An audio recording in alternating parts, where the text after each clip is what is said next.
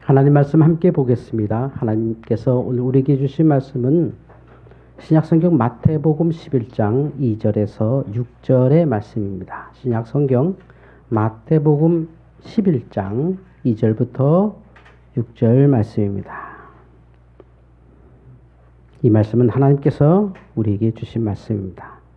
요한이 욕에서 그리스도께서 하신 일을 듣고 제자들을 보내어 예수께 여짜오되 오실 그이가 당신이오니까 우리가 다른 일을 기다리오리까. 예수께서 대답하여 이르시되 너희가 가서 듣고 보는 것을 요한에게 알리되 맹인이 보며 못 걷는 사람이 걸으며 나병 환자가 깨끗함을 받으며 못 듣는 자가 들으며 죽은 자가 살아나며 가난한 자에게 복음이 전파된다 하라. 누구든지 나로 말미암아 실족하지 아니하는 자는 복이 있도다 하시니라. 아멘. 주여 감사합니다. 할렐루야. 오늘은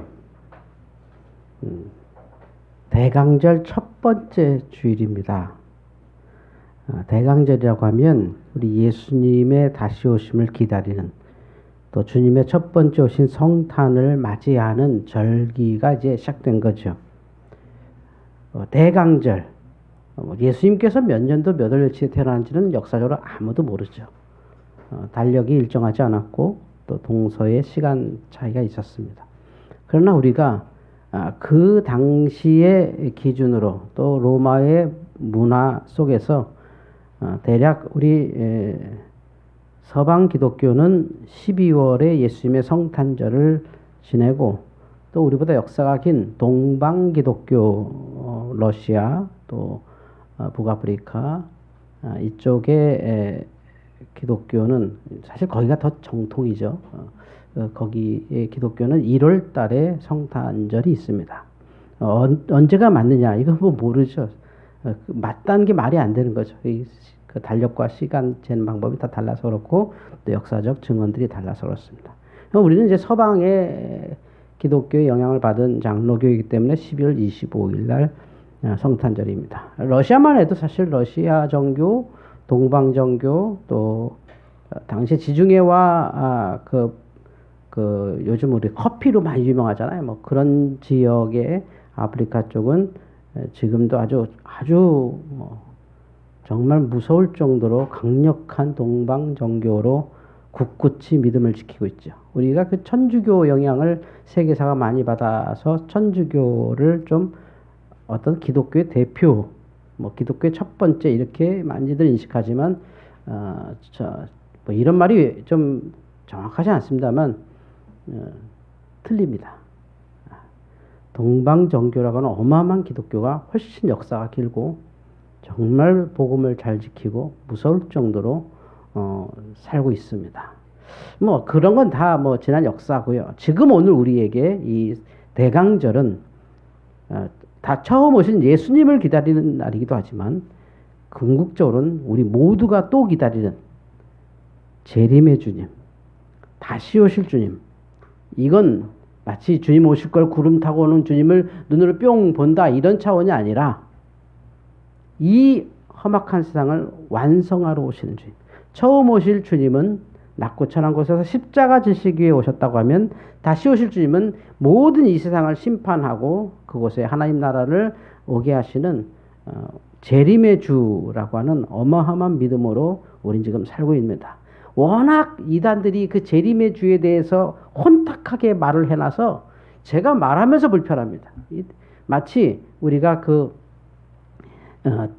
저희 어렸을 때는 서울, 저는 이제 부모님은 뭐 시골에서 상경하신 분이지만 저는 태생이 서울 사람이거든요. 태생이 서울이고 서울에 자랐고 지금까지 서울에 살고 있는데, 저희 어렸을 때만 해도 그때 국민학교 때라고 했는데, 국민학교 때 다니면 대부분 서울 사람이었거든요. 지방 사람 별로 없었습니다. 대부분 서울 사람들로 이루어진 동네였습니다. 그래서 서울 사투리를 많이 썼고요. 또 지금 쓰는 그 용어랑 굉장히 다르게 썼는데, 그 중에 하나가 뭐냐면 저희는 친구라고 안 그랬습니다. 저희는 동무야 학교 가자 그랬습니다. 그리고 형이라고 안 그랬습니다. 다 언니라 그랬습니다. 형들을 언니라고 불렀습니다. 서울 사람들은. 언니 그랬습니다. 근데 언제부턴가 여자의 형제만 언니라고 하는 걸로 이렇게 바뀌고, 동무는 마치 빨갱이들이 하는 말이고 우리는 친구라는 한자를 써야 돼. 다른 한자를 쓰는 그런 문화가 됐죠. 그래서 동무 그러면 이상하게 들리죠. 내가 나이 많은 형님뻘 되는 분들에게, 지금 우리 이정 집사님이나 다 저보다 어르신들 아니면, 그러면 언니 그래 보세요. 이정 언니 집사님 그러면 목사님 왜 그러세요? 목사님 게이예요? 뭐 이럴 거예요. 근데 사실 우리 말에 원래 언니가 윗사람을 부르는 말입니다. 성에 상관없이. 근데 이게 여자만의 용어, 남자만의 용어로 우리가 후대에 그냥 강제적으로 갈라버린 거죠. 그런데 그 말 불편한 것처럼 이 재림의 주님을 얘기할 때, 이 강대상에 선포할 때 늘 제가 조심스러운 마음이 있어요. 이단, 익숙한 사람들, 이단이 내가 재림주다, 내가 재림이라서 예수는 실패했고 내가 예수 믿어야 진짜 천당 간다는 게 워낙 우리나라 역사에 길었기 때문에, 이 재림의 주를 한번 설명하려면 굉장히 쓸데없는 설명을 해가면서 이렇게 얘기합니다. 근데 제가 이 말씀 드린 이유는 오늘 마태복음 11장에 세례 요한이 등장합니다. 세례 요한은 누구시냐면 예수님보다 6개월 먼저 이 세상에 오셔서 예수님의 앞길을 예비하고 목이 잘려 순교하신 마지막 선지자십니다. 예수님 시대의 마지막 선지자. 주님이 인정한 유일한 선지자시기도 하고 구약의 모든 선지자보다 높은 사람이라고 표현했고, 오늘 말씀 뒤에 나오면 예수님이 뭐라고 말씀하시냐면 여자가 낳은 사람 중에 가장 큰 자, 그러니까 자연적인 그 출산을 통해 가장 훌륭한 사람을 세례 요한으로 택하셨어요. 그 세례 요한이 지금 감옥에서 그의 제자들을 예수님께 보내서 질문을 하는 겁니다. 오시리가 당신 맞습니까? 아니면 내가 더 누군가를 기다려야 합니까? 예수님께서 이 칭찬해 주신 이 세례 요한의 삶, 사실 예수님께서 이렇게 말씀하세요. 어떤 선지자보다 크다. 오늘 말씀 뒤에 나옵니다. 9절 이하에 쭉 나오는데, 어떤 선지자보다 크고 심지어 여자가 낳은 자 중에 이보다 위대한 사람은 앞으로 존재하지 않는다고 하는, 가장 완벽하게, 그러니까 인간 중에서 가장 완벽하게 살았다고 하는 세례 요한의 제자들이 돌아가고 나서 예수님이 자신의 제자들에게 이렇게 말합니다. 나중에 그 세례 요한의 제자들이 또 세례 요한 순교 이후에 예수님의 제자로 편입되고요. 근데 그 예수님의 당대의 제자들에게 얘기합니다. 너희들 광야에 왜 갔냐? 그게 뭐냐면 세례 요한 보러 다 갔거든요. 갈 때 보러 갔냐? 아니면 훌륭한 옷 입은 사람 보러 갔냐? 훌륭한 옷 입은 사람은 저기 예루살렘에 성에 되게 많다. 니들 그 광야에 왜 갔냐? 그 사람도 다니지 않는 그 광야에 왜 갔냐? 선지자 아니냐, 선지자. 이 시대에도 우리가 좀 선지자 좀 보자. 바로 저 세례 요한은 선지자 중에 선지자다. 칭찬받은 사람. 유일하게 흠없이 사는 사람. 어떻게 이렇게 살 수가 있을까요? 물론 그가 마지막에 주님 앞에 내가 지금 이렇게 이제 내일 모레 죽을 것 같은데, 헤롯이 이제 그 부정을 저질렀거든요. 그 부정에 대해서 세례 요한이 계속 공격했거든요. 그래서 세례 요한이 보기 싫은데 그 헤롯보다도 그 부정의 대상자인 사람이 더 세례 요한이 싫은 거죠. 그래서 자기 딸을 시켜서 세례 요한 아빠한테 이렇게 예쁘게 보여서 아빠가 아이고 너무 좋다 우리 딸 어쩜 이렇게 춤을 잘 추냐 그러면 이렇게 말해라. 아빠 나한테 선물 하나 주세요. 아이 선물 주지. 나라의 반이라도 주겠다. 아이 그깟 나라 필요 없습니다. 그럼 뭘 줄까? 세례 요한 모가지 주세요. 그래서 그 자리에서 그냥 쟁반에 갖고 옵니다. 그렇게 끝났어요 세례 요한이. 그럼 이제 세례 요한이 알아요. 이제 죽죠 뭐 이게 어떻게 살겠어요. 근데 어떻게 그가 그렇게 살 수 있었느냐. 우리는 악으로 깡으로 깡다구로 예수 믿습니까? 아닙니다. 그는 행복하게 예수 믿었고 그는 바르게 그냥 애써서 예수 믿은 게 아닙니다. 그 길밖에 없어서 예수 믿었는데 어떻게 그럴 수가 있었느냐 하면 오늘 세례 요한의 질문에 그게 답이 있습니다. 세례 요한이 예수님께 한 질문에 그가 어떻게 그렇게 살 수가 있었는지가 나온다는 거죠. 어떻게 그렇게 살 수가 있었지? 사람이 어떻게 저렇게 살 수가 있었지? 어떻게 저렇게 완벽하게 살 수가 있어 하는 건 세례 요한이 제자들을 향하여 예수님께 대신 물어본 것들. 뭡니까? 오시리가 당신 맞습니까?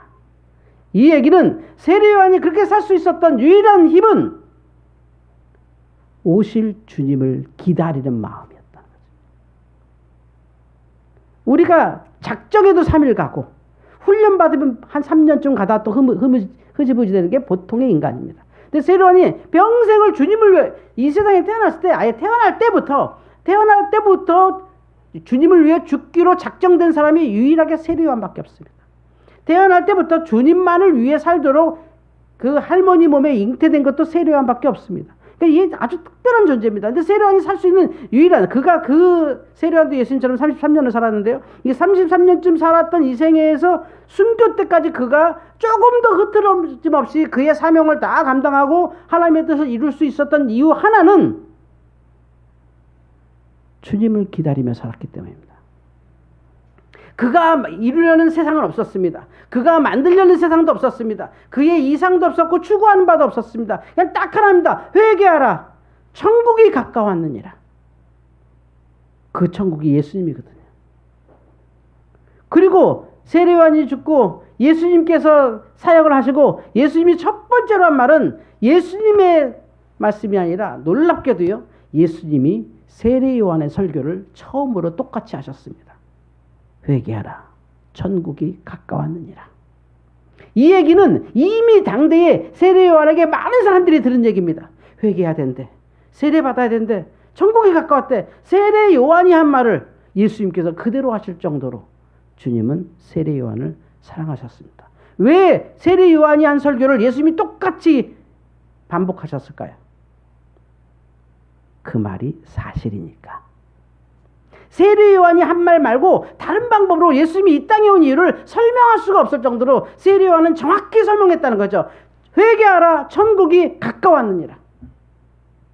여기에 모든 이스라엘 사람들, 모든 종교 지도자들, 모든 정치인들이 하나같이 세례요한을 따라 광야로 가서 그 흔히 얘기하면 정말 거지 같은 사람, 옷도 없습니다. 낙타 가죽으로 대충 부끄러운 거 가리고 이 광야에서 아무거나 먹던 사람, 깡 말라갖고 사람인지 짐승인지 모르는 그 사람 앞에 가만 다 엎드려서 듣는 겁니다. 선지자시여, 우리에게 말씀하소서. 누가 너더러 천당 가라고 여기 보냈냐? 세례요한이 그랬던 사람입니다. 그러자 똑같은 말만 합니다. 회개하라. 천국이 가까웠느니라. 어떻게 그렇게 살 수가 있었냐고요. 그의 이념, 그의 사상, 그의 지식, 그의 뚝심, 그의 믿음이 아닙니다. 그가 기다리는 바 하나. 마라나타. 주 예수여 오시옵소서. 우리가 만드는 어떤 나라도 주님이 오는 그 세상과는 비교할 수가 없고, 내가 이루려는 어떤 일도 주님이 와서 하시는 그 어떤 것과 비교할 수 없는, 본 적도 없고 들은 적도 없는 그 주님의 나라를 기다리는 그런 세상이 있다고 하는 놀라운 것. 어떤 하늘을 계속 연구했습니다. 천문학자니까요. 근데 이상한 별이 있습니다. 저희는 도무지 이해가 안 가요. 하늘에 반짝이는 건 다 별이고 좀 빨리 움직이는 건 인공위성이고 그렇거든요. 반짝반짝하는 건 인공위성 지나가는 거고, 대부분 달이고 큰 건 달이고 가까운 건 별이고 뭐 그럴 텐데, 그 사람은 어떻게 무슨 자기가 몇 번이라고 써놓고 그걸 계속 신기하다, 이 별은 신기하다고 해요. 뭐가 신기하지? 보니까 그 사람의 상식으로는 있을 수 없는 별이 하나 떠 있는 거예요. 뭔가 했는데 이름을 부르는데, 번호를 붙여놓으면 부르는데, 저도 그거 보고 깜짝 놀랐는데, 태양의 몇 조 밝기. 말이 됩니까, 이게? 뭐라고 부르는데 제가 그 용어는 모르겠고, 그런 걸 보고 계속 그 연구했답니다. 그런 것처럼 세례요한은 딱 하나, 내가 어떤 것이다. 우리는 태양 그러면 우리의 모든 세상 아닙니까? 태양보다 밝은. 그런데 그거의 상상을 초월한 더 큰 천체가 이 우주 어딘가에 있다는 걸 누군가 봤고, 요 전보다도 작은 걸 날마다 이렇게 망원경으로 보고 있다는 거죠. 그런 세계가 있구나. 그런 우주가 있구나. 우리가 모르는 상상을 초월하는 우주는 도대체 얼마나 클까에 평생 몰입해서 사는 겁니다. 그 과학자는. 그런데 세례요한은 평생 오실 주님, 뭐 어떤 정치가가 이렇게 얘기하고 어떤 철학자가 이렇게 하고 뭐 이런 세상이 좋은 세상, 저런 세상이 좋은 세상, 다 같이 먹는 세상이 좋은 세상, 뭐 아닌 세상, 뭐 보수적인 세상이 좋은 세상, 진보적인 세상이 좋은 세상, 빨갱이 세상이 좋은 세상, 파랭이 세상이 좋은 세상, 뭐 다 얘기하는데 그거는 아무것도 아니고 세례요한에게는 뭐 헤롯이 정치하든 뭐 빌라도가 정치하든 그건 아니고 그는 그냥 광야에 나가서 회개하라 천국이 가까웠느니라. 우리가 상상하는 모든 세계, 그 모든 세계가 아니라 주님이 오실 그날, 할렐루야, 그걸 위해 사는 거죠. 그의 삶이 어떻게 그렇게 살 수 있었느냐는 그가 예수님께 물어봤던 그 질문에 답이 있는 겁니다. 그는 왜 그렇게 살 수 있었죠? 이렇게 얘기하죠. 마지막 죽기 전에 제자를 보냅니다. 그리고 묻습니다. 주님, 제가 당신을 기다린 건 맞습니까? 이거잖아요. 그걸 주께서 말씀하시죠. 너희 선생 요한에게 가서 이렇게 말하라. 맹인이 보며 못 걷는 사람이 걸으며 나병 환자가 깨끗함을 받으며 못 듣는 자가 들으며 죽은 자가 살아나며 가난한 자에게 복음이 전파된다 하라. 나를 설명하지 마라. 내가 하는 일을 설명하라. 이게 믿음입니다. 나를 가르치지 마라. 우리 공동체에 일어나는 일을 설명하라. 나를 지도하려고 하지 말고 예수가 누구다 뭐 이런 소리 하지 말고 우리 공동체는 이렇다라고 말해라. 맹인이 보며 나병 환자가 치료되며 가난한 자에게 복음이 전파된다 하라. 이것은 회개하라 천국이 가까웠느니라 했던 세례 요한이 바라던 세계였지요. 어떤 지도자가 나와서 어떤 사람이 나와서 어떤 위대한 사람이 나와서 그냥 이 세상 한번 싹 쓸어버렸으면 좋겠다. 아니다, 그냥 이렇게 하고 우리가 그냥 시민들이 힘을 내서 이 나라 바꿔보자. 그 어떤 것도 주님을 기다리는 것보다 위대한 삶의 목적은 없는 거죠. 그래서 기독교인의 최종 목적은 주 예수여 오시옵소서입니다. 할렐루야. 그게 대강절인 겁니다. 그 대강절을 기다리며 성탄을 즐기는 겁니다. 우리가 성탄절 춤추고 노래하고 이제 제가 우리 이번에 장로님들 세 분 새로 섬기면서 이 예배당 우리 장로님들 여기 올라와서 이제 안수하실 거고 여기서 이제 장로 가운도 이제 입으셔야 되고 또 장로님 사모님들이 다 와서 가운 들고 뒤에 서갖고 하면 저랑 가고 또 목사님들이 와서 안수해주고 할 때 무대도 키우고 여기 여러분은 글쎄요 숨은 그림 잡기를 좀 하셔야 되겠는데 오늘 뭐가 좀 예배당 바뀐 겁니다. 이게 그냥 이 벽지 바뀐 거 말고는 안 보이시나요? 네, 조명이 무대 조명이 해서 이거 끄면 저 얼굴 꺼멓게 보입니다. 좀 정말 이분들 일생에서는 장로님, 권사님, 안수집사님 일생에서는 제가 보기엔 제일 큰 개인 행사입니다. 장례식도 있을 것이고 결혼식도 있을 것이고 자식의 결혼도 있을 것이고 본인의 뭐 칠순, 팔순, 뭐 구순, 백순 요즘 뭐 칠순 잔치에도 거기 가야 되나 이러잖아요. 너무 젊으시니까 뭐 팔순쯤 되면 아이고 축하합니다 정도, 구순 되면 이제 존경하기 시작하고 백순 되면 부럽습니다 이렇게 되는 거거든요. 요새는 뭐 환갑입니다 그러면 그래서 이러잖아요. 나는 칠순이다 이런 거거든요. 이분들은 그 어떤 잔치보다 큰 잔치를 이제 일주일 앞두고 있어요. 제가 지난주에 많이 기도하면서 나름대로 손 본다고 계속 이렇게 삼아서 좀 무대 좀 만들어 놓고 좀 이분들 사진도 좀 예쁘게 찍혀야 되고 해서 이렇게 했습니다. 그 목적이 뭘까요? 오실 그분이 당신입니까? 그게 바로 삶의 목적이라는 거죠. 우리 그리스도인들이 이 땅에 살면서 뭐 내가 뭘 해야 되는데 앞으로 내가 몇 살 더 살 텐데 이 자식을 위해서 뭐 해야 될 텐데 내가 뭐 남겨야 될 텐데 뭐 해야 될 텐가 아니라 우리 새로 임직하시는 모든 안수 집사님, 권사님들 그리고 장로님들은 하나로 살아가셔야 합니다. 주 예수여 오시옵소서. 그걸 젊은 애들이 보게 하는 겁니다. 아이들이 오게 합니다. 우리 장로님이 어떻게 평생 그렇게 사실 수 있었어요? 그냥 주님 오시는 것만 기다렸어. 어떤 세상이 훌륭한 세상일까요? 예수님이 오시는 세상이지. 이 세상에 어떤 철학도 어떤 이론도 말씀할 수 없는 하나님의 나라. 어린아이가 사자굴에 손 넣고 독사굴에 손 넣어도 괜찮고 사자들과 뛰노는 구약은 그렇게 설명했는데 신약은 간단하게 말하죠. 주님의 나라. 하나님의 나라. 주님이 오시면 완성될 나라. 이 아픔을 벗어나고 이 고통을 벗어나고 이 배고픔을 벗어나서 주께서 이렇게 말씀하시죠. 세례 요한의 제자가 와서 우리 선생님 이제 뭐 사형 선고 내렸습니다.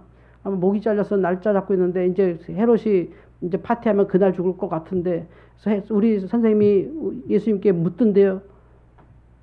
오실 그분이 당신이냐고. 주님께서 간단하게 말합니다. 이렇게 말해라. 맹인이 보며 못 걷는 사람이 걸으며 나병 환자가 깨끗함을 받으며 못 듣는 자가 들으며 죽은 자가 살아나며 가난한 자에게 복음이 전파된다 하라. 하나님의 나라가 여기 있느니라. 할렐루야. 이게 그리스도인의 삶의 목적이 되는 거죠. 목표는 여러 가지가 될 수 있지만 궁극적 목적은 마라나타라고 하는 네 글자. 아멘 주 예수여 오시옵소서. 이게 요한계시록 마지막 장 마지막 절입니다.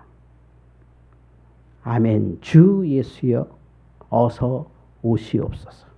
이게 성탄을 기다리는 성도들의 마음이고 1년을 사는 여러분이 어떤 실패를 했든 어떤 성공을 했든 그건 아무것도 아니고 딱 하나입니다. 주여 오시옵소서. 내가 근심하는 모든 문제, 내가 갖고 있는 모든 문제가 결국은 내가 어떤 생각을 해도 그것과 비교할 수 없는 놀라운 세계가 있는데 주님이 오신 그날입니다. 지금 내가 내일 모레 죽을지도 모르고 지금 죽어도 어쩔 수 없는 삶을 살지만 결국 우리가 본질적으로는 영적으로 가나 살아있는 채로 가나 우리가 믿는 것 하나입니다. 예수님의 다시 오심입니다. 잠자는 자는 잠자는 상태에서 예수님의 다시 오심을 볼 것이고 산 자는 산 자의 상태로 예수님의 다시 오심을 볼 겁니다. 남극에 있는 사람이나 북극에 있는 사람이나 시간차가 있으나 밤낮이 다르고 계절이 다르고 호주는 지금 여름입니다. 지금 우리는 겨울입니다. 그 모든 걸 뛰어넘는 나라. 주님이 오신 나라. 공간과 시간과 역사와 사상 다 뛰어넘는 나라. 세례 요한이 평생 기다리면서 그 고통이 행복하게 살아. 한 번도 호강해 본 적 없고 심지어 한 번도 배불리 먹어본 적도 없는 사람. 태어나서 죽을 때까지 그냥 하나만 기다렸던 사람. 주 예수여 오시옵소서. 그것을 위해 죽을 수 있는 사람. 죽겠다고 해서 죽는 게 아니라 다 했으니까. 주님이 오셨으니까. 그것이 100살이든 30살이든 10살이든 그것과 아무 상관없이 천국을 믿지 못하는 민족들은 천국을 믿지 못하는 문화의 나라는 대형 사고가 나면 그게 다 재난입니다. 타이타닉이 무너졌을 때, 타이타닉이 가라앉을 때 마지막 남은 사람, 마지막에 물에 가라앉은 사람이 누군지 아십니까? 그 배의 악단들이었습니다. 다 탈출하러 갈 때 악단들은 배를 지키면서 찬송가를 연주했죠. 내 주를 가까이 하려하만. 그게 기독교입니다. 그 배에 비싸게 오른 모든 귀족들은 살겠다고 발버둥칠 때 그 음악가들은 마지막까지 그들의 질서를 잡기 위해서 생음악을 연주했습니다. 왜? 다시 오실 주님이 있으니까. 마지막으로 찬송할 수 있는 거죠. 누구는 돌아가신 채로 주님을 만날 것입니다. 누구는 산채로 주님을 만날 겁니다. 아마 거의 여기 어린아이들까지는 다 죽은 채로 주님, 다시 오실 주님을 만날 가능성이 확률적으로는 더 높고 혹시 여기 좀 어린아이는 산채로 좀 주님을 만날 수도 있겠죠. 나이가 들어서. 그러나 결국은 다 시공의 역사를 초월한 주님의 역사에서는 그것은 아무것도 아니라는 거죠. 지금 뭐 러시아가 전쟁한다, 어디가 무슨 일을 한다. 주님이 다시 오는 나라에 비교하면 그것은 우리의 궁극적 관심이 아닙니다. 이 땅에서 우리가 그리스도의 영광을 위해서 이웃을 사랑하기 위해서 그 더 좋은 사회를 위해서 애쓰고 희생하고 봉사해야 되는 것은 맞지만 결국 우리가 기다리는 건 그런 나라 아닙니다. 뭐 좋은 대통령이 한번 싹 쓸어버리는 나라 아닙니다. 뭐 좋은 지도자가 나오는 그런 나라 아닙니다. 제가 역사를 좀 열심히 공부하는 편이었는데 없습니다. 우리나라에. 막연히 기다리는 거죠. 그런데 성경에 있죠. 그걸 위해서 세례 요한이 묻습니다. 오실 그분이 당신 맞습니까? 이게 대강절입니다. 저와 여러분 다시 오실 주님을 기다리며 하루하루 살아가십시다. 그날이 아픈 날일 수도 있고 그날이 손해본 날일 수도 있고 그날이 횡재한 날일 수도 있고 그날이 좌절한 날일 수도 있고 그날이 우울한 날일 수도 있고 그날이 잠깐 기쁜 날일 수도 있습니다. 그러나 그 모든 날은 순간에 지나지 않고 결국 한 날이 있는데 주님이 오실 그날, 내 인생에 가장 행복할 그날, 이 세상에서 경험해 본 적, 한 번도 경험해 본 적 없는, 대통령도 경험해 본 적 없고, 이병철도 경험해 본 적도, 요즘 젊은 애들 이병철이 누군지 모르죠. 누구죠? 이건희도 모르겠구나.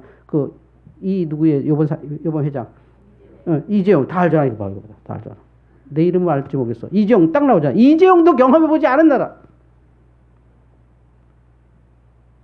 이재용 회장이 이 봉은사 주지 스님을 집에 모셔서 식사를 대접하는데 뭐 남을 이렇게 해서 뭐 고기 안 먹는 종교니까 막 했더니 그 봉은사 주지가 아휴 이 회장 집에 와서 또 절밥을 먹네 이랬다는 겁니다. 그러니까 이종이 놀라서 아이고 그거 좀 바꿀까요? 아 내가 이거 다른 거 먹으면 또 난리 날 텐데 그냥 먹읍시다. 스님 어떻게 살아야 됩니까? 그때 그 질문에 이렇게 말했답니다. 그걸 내가 어떻게 알아? 우리는 답이 있습니다. 주님을 기다립니다. 주님을 기다리며 하루하루 사십시오. 그렇다면 지금 내가 지금 손해보는 거, 내가 지금 억울한 거, 내가 좀 안 되는 거, 그 무슨 문제가 있습니까? 우리가 한 번도 경험하지 않은 행복, 우리가 가장 행복했던 적, 어머니 품에서 가장 행복했던 그 기억을 떠올려도 그것과 비교하지 안 되는 아름다운 나라가 아직 오지 않았다는 거죠. 그렇다면 우리는 살 가치가 충분한 존재들입니다. 충분히 지금 이 노부를 이끌고 기다릴 게 있습니다. 아직 기다릴 게 있습니다. 그걸 인생에선 소망이라고 그러고 세상에서는 행복이라고 합니다. 아직 우리에게는 기다림이 남았습니다. 오실 그분이 당신입니까? 이번 성탄 계절에 그 주님을 만나는 은총이 있기를 주의 이름으로 축원합니다. 하나님 감사합니다. 세례 요한의 질문 속에서 그의 삶을 찾았습니다. 그의 질문 속에서 그가 어떻게 이렇게 살 수 있는지 그 답을 배웠습니다. 오실 그분이 당신입니까? 이 거룩한 질문 속에 이 성탄의 계절, 이 임직의 축복된 기간 살아가는 저희들 되어서 이 응답에 은총 베풀어 주시옵소서. 예수님의 이름으로 기도하옵나이다. 아멘.